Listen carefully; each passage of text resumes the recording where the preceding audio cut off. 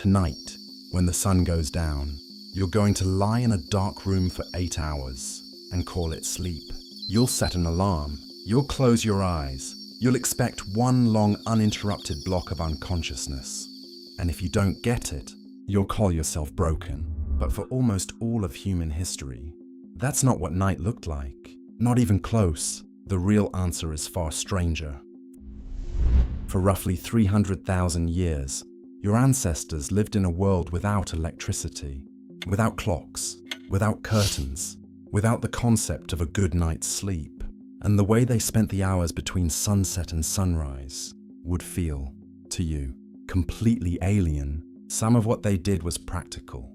Some of it was ritual. Some of it was so deeply human that you still do echoes of it without knowing why. Let's go back.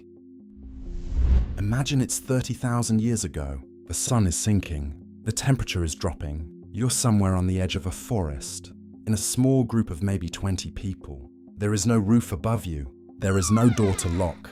There is no light switch. What do you do? The first thing your ancestors did was something you almost never do.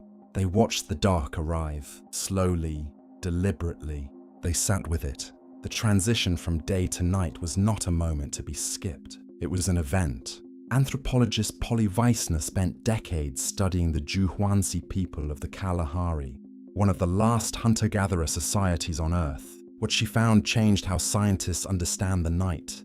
During the day, conversations among the Juhuanzi were mostly about food, work, and minor disputes. Practical, useful, tense. But after sunset, something shifted. Around the fire, the topics changed. Almost 80% of nighttime talk was storytelling. Tales of ancestors, tales of distant lands, tales of spirits, of animals that spoke, of journeys taken by people long dead. The night was not for solving problems. The night was for imagination. This wasn't unique to one group. Across nearly every traditional human society ever studied, the same pattern appears. Day is for work. Night is for myth. Your ancestors weren't trying to fall asleep. They were trying to dream out loud. So when did sleep start? Not when you think.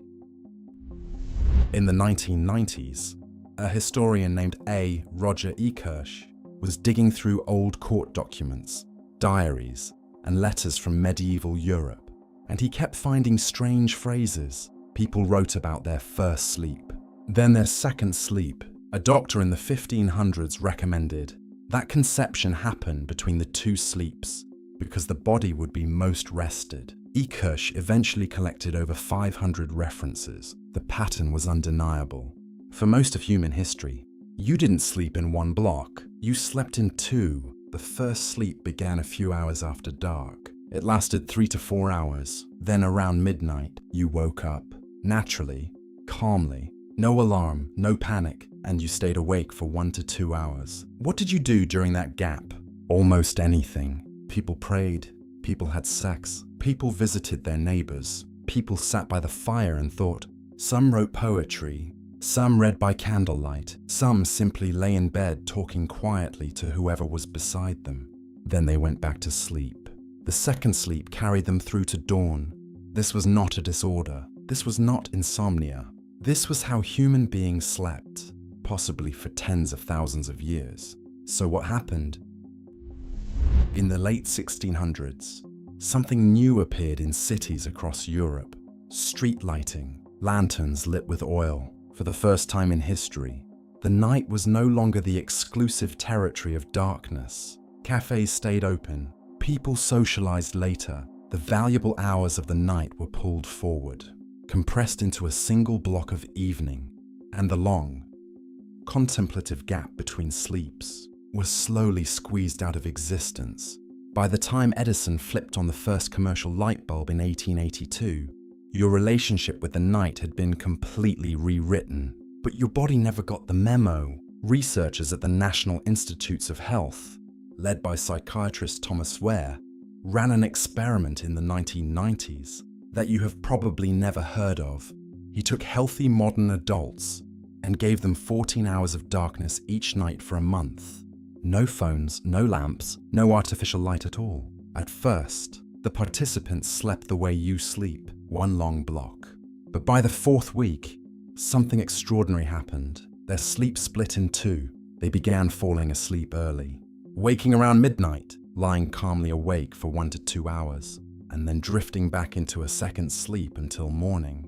The exact pattern from medieval diaries, the exact pattern from hunter-gatherer cultures, the exact pattern your ancestors lived for hundreds of thousands of years. It came back on its own. You have not evolved out of it, you have only forgotten it. And what about that hour in the middle? The hour our ancestors used to think, to talk, to make love, to write, to pray. Ware discovered something remarkable about it. During that quiet window, the participants' bodies were flooded with prolactin, a hormone associated with deep calm and meditative states. The hormone you produce while breastfeeding, the hormone monks produce during long meditation. The ancient middle of the night was not wasted time. It was a chemically distinct state of consciousness, a state your ancestors lived inside almost every night of their lives, a state you have probably never experienced. But sleep wasn't the only thing your ancestors did at night. There was something else, something that may be older than language itself. The fire, around 400,000 years ago. The controlled use of fire became widespread among our ancestors. And anthropologists believe this single technology changed the human mind more than almost any other invention. Not because of cooking, not because of warmth, because of the night. Before fire, the night belonged to predators, lions, hyenas, leopards, creatures with eyes built for the dark. Humans could not stay awake outside the safety of trees or caves. The dark was death. Fire flipped that.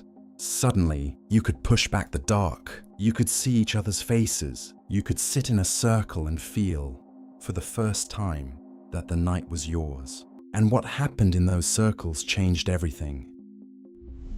Anthropologist Christopher Boehm and others have argued that the firelit circle is where human cooperation, morality, and shared storytelling were forged. Around the fire, you couldn't hide. Your expressions were visible. Your voice carried. Reputation was built or destroyed in the flickering orange light. Songs were sung. Histories were passed down. The young listened. The old taught. If you have ever felt a strange peace staring into a campfire, that is not random. That is 400,000 years of ancestors looking at the same flame and feeling the same thing. Safety, belonging, story. Some of what your ancestors did at night went even deeper than story. In caves across Europe, archaeologists have found paintings made not in daylight, but in total darkness, lit only by tallow lamps. The famous paintings of Chauvet Cave in France, dated to over 30,000 years ago, were created hundreds of meters underground in chambers, where, without fire, you could not see your own hand. Why?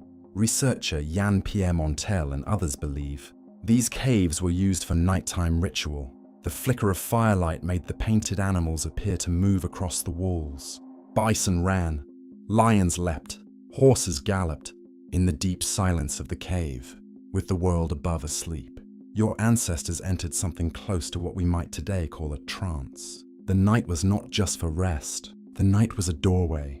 Anthropologists who study modern hunter-gatherers describe nightly trance dances that can last from sunset to sunrise. Healers enter altered states. The community sings, bodies sweat. People weep, shake, and report seeing visions. This is not a fringe activity. In some cultures, it happens dozens of times a year.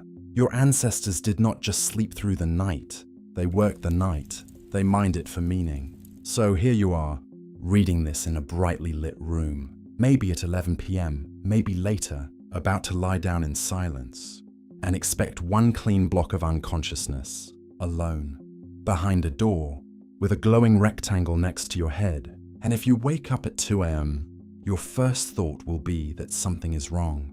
But something isn't wrong. Something is remembering that quiet midnight hour, that strange clarity in the dark, that urge to talk, to think, to feel something deeper than the daytime allows. That is not a glitch. That is an inheritance. For 300,000 years, your ancestors gathered around fires, told stories under stars, slept in two pieces, and used the dark hours to dream out loud.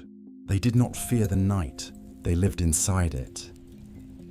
Tonight, when the sun goes down, you're going to lie in a dark room for 8 hours and call it sleep. But somewhere inside you, an older self is still waiting for the fire.